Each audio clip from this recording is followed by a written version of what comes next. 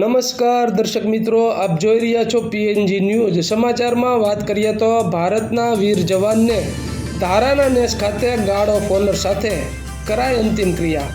સમગ્ર વિગતની વાત કરીએ તો રાજુલા તાલુકાના ધારાના નેસના વીર જવાન રવિરાજસિંહને અત્યાંશથી સાથે અપાઈ શ્રદ્ધાંજલિ, જેમાં રાજુલાથી ધારાના નેસ સુધી 12 કિલોમીટર લાંબી શમશાન યાત્રામાં લાખોની સંખ્યામાં વતન પ્રેમીઓ જોડાયા હતા।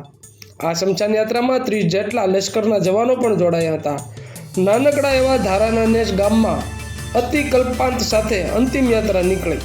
તપતા તાપમાં વીર શહીદ રવિરાજસિંહ ધાકડાની અંતિમ યાત્રામાં વતન પ્રેમીઓ જોડાયા હતા। એકના એક દીકરાએ વિદાય લેતા પિતાનું હૈયાફાટ રુદન જોવા મળ્યું હતું।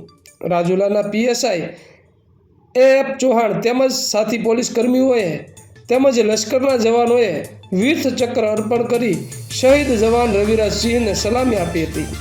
કાઠી સમાજના ગામો જેવા કે બાબરિયાવાડ, કાઠિયાવાડ અને પંચાળ પરંગણામાં શોકનું મોજું ફરી વળ્યું હતું।